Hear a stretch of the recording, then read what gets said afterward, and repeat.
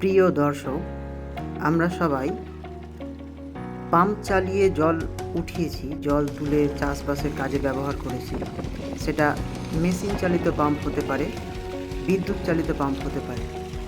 চলুন আমি আজকে আপনাদের দেখাই বিদ্যুৎ ছাড়াই বা মেশিন ছাড়াই মাটির নিচ থেকে, ভূগর্ভ থেকে আপনি জল উত্তোলনের দৃশ্য।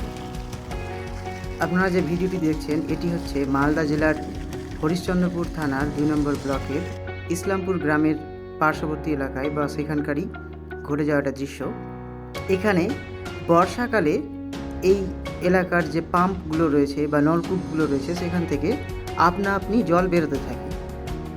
এটাকে কিন্তু ভূগোলের ভাষায় বলা হয় প্রস্রবণ। প্রস্রবণ সেই জিনিসটাই যেখানে ভূগর্ভের জল কোনো রকমের শক্তি ছাড়াই আপনি যখন বেরিয়ে আসে সেটাকে বলা হয় প্রস্রবণ।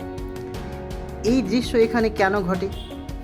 কারণ হচ্ছে, যদি ভালোভাবে দেখা যায় তো এই জায়গাটা থেকে মাত্র 2 থেকে 2.5 কিলোমিটার দক্ষিণ দিকে রয়েছে ফুলহার নদী, এবং ফুলহার নদীতে যখন বর্ষাকালে জল অতিরিক্ত বেড়ে যায়, সেই অতিরিক্ত জলের কারণে মাটির নিচে বা ভূগর্ভস্থ জলের লেয়ার বা স্তরটা আস্তে আস্তে বাড়তে থাকে, যার কারণে জলের পরিমাণ বাড়তে থাকে, এবং জলের পরিমাণের বাড়ার সঙ্গেই কিন্তু জলের চাপ বাড়তে থাকে বলে এখানে যে পাম্পগুলো রয়েছে বা নলকূপগুলো রয়েছে সেগুলো থেকে আপনি জল পড়তে থাকে।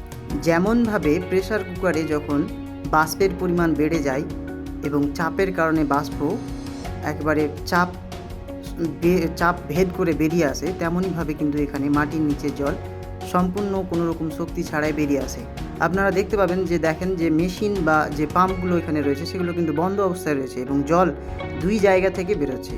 এটা এখানে প্রতি বছরই হয় এবং বিশেষত বর্ষাকালে এই ঘটনাটা দেখা যায়। এখানে এটা একটা সচরাচর ঘটনা এবং অবাক করার একটা বিষয় যে কোনো রকমের শক্তি ছাড়াই কিন্তু সেখানে জল বেরোচ্ছে এবং এই জল মানুষ কৃষিকাজে ব্যবহার করছে। খুব একটা সুন্দর দৃশ্য।